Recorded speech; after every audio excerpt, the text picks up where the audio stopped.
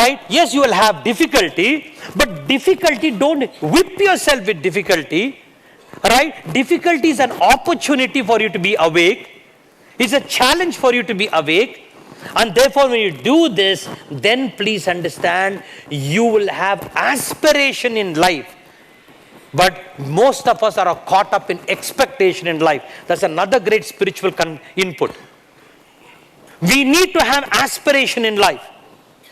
प्यास होना चाहिए जीवन में, तब सृजनात्मक होता है. प्यास means aspiration. Aspiration gives you creativity. But most of the time we have expectation. The expectation makes you a beggar. Creativity makes you a creator. Aspiration makes you a creator. Your expectation should be the periphery of your life. The center should be aspiration. When you're aspiring, you will be creative. When you are creative, you are touched with creativity. And when you are touched with creativity, please, you will create wealth. You will not be a beggar of wealth, you will create wealth. You will come from abundance because God is abundance. And when you come from abundance, you create wealth. But people have to be prosperity consciousness, not poverty consciousness. People should learn to come from abundance because God is abundance. God is creator. Creativity is abundance. And coming from abundance, you can create wealth out of abundance. And that wealth you will create out of the principle of goodness. And therefore, the final strategy, please understand there's many more, but we have, since 45 minutes is told there, the final strategy, I will like to say two things and put. The spiritual strategy in the Indian ethos is three types of vritti. Anghakara vritti, Malakara vritti, and Madhukara vritti. The whole world is, global world is tormented with a disease called consumerism. I know you're all great thing there, but let us have an ethical paradigm towards it. The whole global world is caught with this whole fire of consumerism. There's nothing wrong, but our rishis and yogis tell in India, what is called Anghakara vritti. What is that vritti? This activity is, you are insensitive to the forest,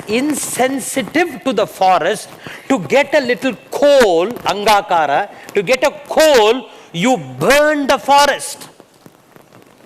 And you're not sensitive, the forest gives you fruits, flowers, birds exist there, cross-pollination is there, so much of oxygen is given. You are insensitive to the magic of the forest. To get your greed of coal called Angakara, you destroy the forest. This is the present consumerism. This should be the strategy for us? Angakara vritti. But our yogis and rishis in the Indian ethos, which Indians are so ignorant of, says be a Malakara vritti instead of that. Malakara vritti means don't destroy the forest. Take the flowers from the tree. Take the flowers. Minimum destruction to the tree. And by taking the flower, create a mala. Mala means garland. You are not destroying the forest, not destroying the tree. You are taking the minimum from the flower and you can garland yourself and garland even others. If your attitude of consumerism is like a Malakara vritti, minimum destruction, and still beautify yourself, even more evolved you are, because human consciousness is going to vary from one individual to another individual. So one generalized advice cannot be there. Even if you cannot do that, if you cannot do, and if an evolved people should follow Madhukara vritti. Madhukara vritti means a bee, a honey bee, doesn't even take the flower. It just takes little pollination, takes honey, and goes to another flower, doesn't even destroy the flower. In going and contacting, creates cross-pollination and creates honey. Means it takes the least and gives out a beautiful product called honey. Alright? Least and good thing. So therefore, please see, don't be an Angakara vritti. For example, plastic bags is such a crime to earth. In every talk I said, please, as far as possible, don't use plastic. Alright, when you go for shop, you just take your cloth. Avoid plastic. Unless it is inevitable for you. Alright, avoid plastic. Even 2 million years the plastic is not decomposed. Why can't you be sensitive? Don't be like burning the forest to get your coal. Alright, no, that you stop. At least be malakar, get the flower. And if you are little more evolved, be a madhukar like the bee. Take the minimum, but give the maximum. If this can be a core spiritual strategy, take the minimum and give out the maximum. And from that strategy, live life. You will not be threatening this wonderful planet. Because please trust, friend, every month or I think once in 2 months, one species is being destroyed in this planet. One species is being destroyed in this planet, and human being is also a species. The carbon contents have increased. The wonderful planet called Earth is being threatened there. So unless you have a spiritual strategy of taking malakara and madhukara and not being angahakara, take the minimum, give out the maximum, and still you can create wealth. India had this, and diamonds and rubies in Vijayanagar kingdom was sold like vegetables in India. Up to recently in Vijayanagar they found diamonds. But you are not threatening the whole planet Earth. Can we have a bigger picture? If this is an attitude and if that is a strategy, the global chaos will get eliminated or reduced, because you are addressing the global mythos of massive consumerism. Right? You can still enjoy. Pleasure has a place, fun has its place, your drinks has its place. Right? Everything. But if you call malakara, madhukara bhatti, life becomes beautiful. I take minimum, give out maximum. For he gives not the best who gives the most, but he gives the most who gives the best. He gives not the best who gives the most, but he gives the most who gives the best. If I cannot give bountiful, yet I will give freely, and what I lack in my hand, I will supply it in my heart. For the heart of the education is the education of the heart. Hence Kabir says, Poti padi padi jagmuwa, pandit bayana koi, dai aakar prem ka, phade sa pandit hoi. Right? By reading books after books, you don't become wise. Build your heart, sir. When you build your heart, you can enjoy life. But like a malakara, madhukara vritti, you'll enjoy and give out the best there. And therefore, your whole perception should change, should be viewed like, as I told you. Right? And lastly, since lack of time, not going, how do you receive a problem is what you have to learn, more than solving a problem. I'll just say in 2 sentences, we have to receive a problem with alertness. We have to receive a problem with love. We have to receive a problem with openness. We have to receive a problem with a sense of wonderment. When you receive a problem with alertness, with fun, with love, with openness, please see, the magic of solving the problem resides in how you receive a problem. We are more focused in solving a problem, not knowing how to receive a problem. Receive a problem with alertness, openness, fun. Now, then please see, problem doesn't pinch you. Problem only activates your creative juices for you to do.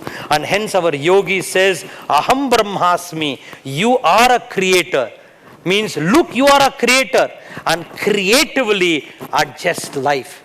Then you are in touch with this great power called God, which is creativity. God means not, I'm saying you have created, means that creativity juices everybody has got. From that perception, life becomes extremely wonderful. Exactly 45 minutes I have spoken.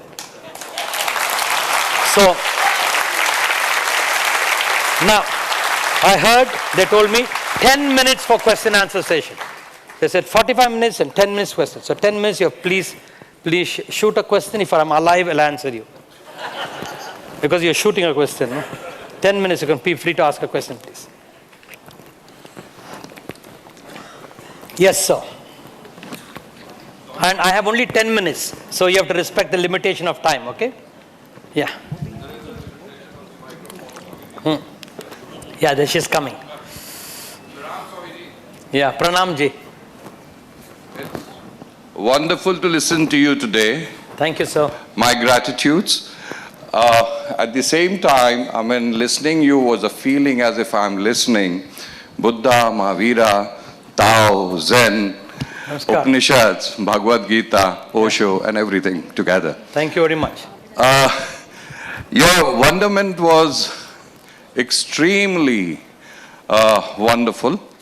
I just wanted to know how the transition happens from O, aha.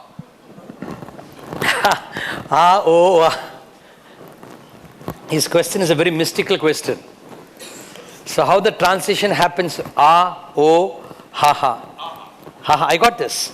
I'll only say, your question is mystical, so I'll answer mystically.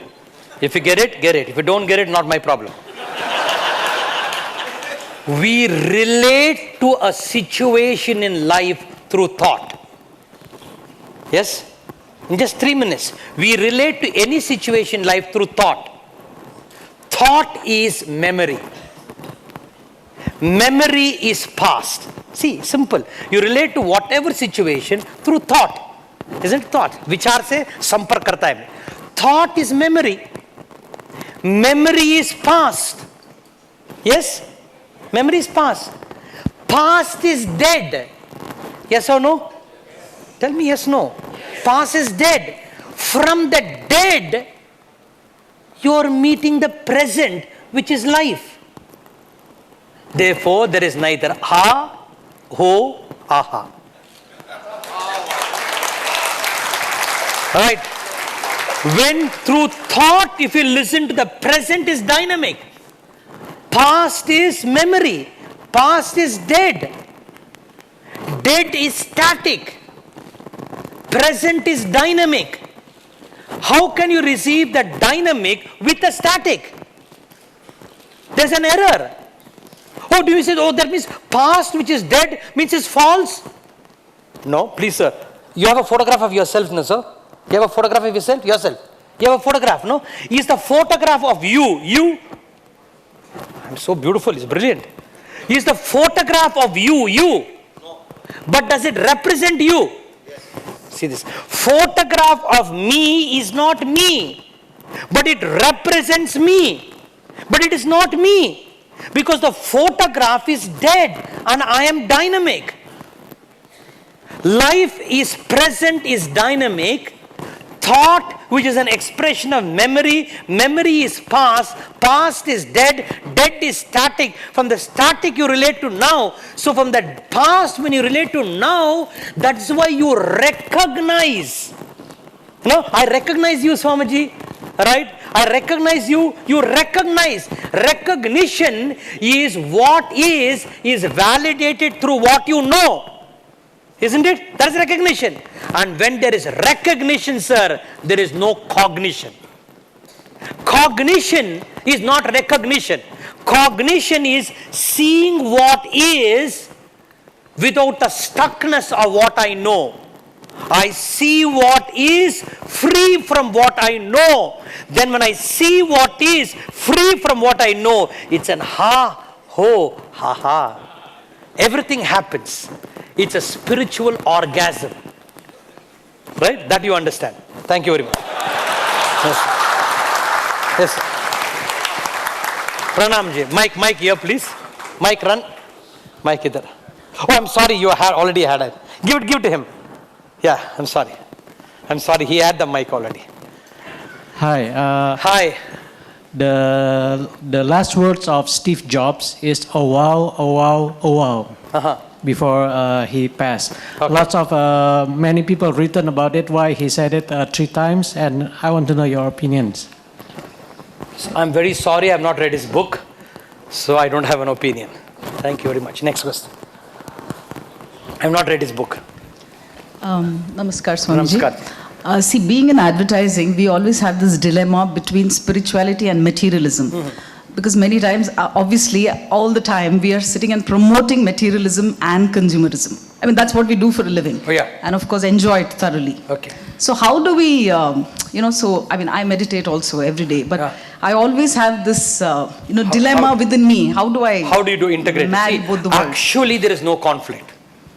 There is no conflict between materialism and spiritualism. Please get this. Actually, there is no conflict. If one center is simple, a simple person, a complicated situation, he can simplify it. But if your center is complicated, any simple situation also becomes complicated. What is the problem with thinking when you are eating a chapati or materialistic?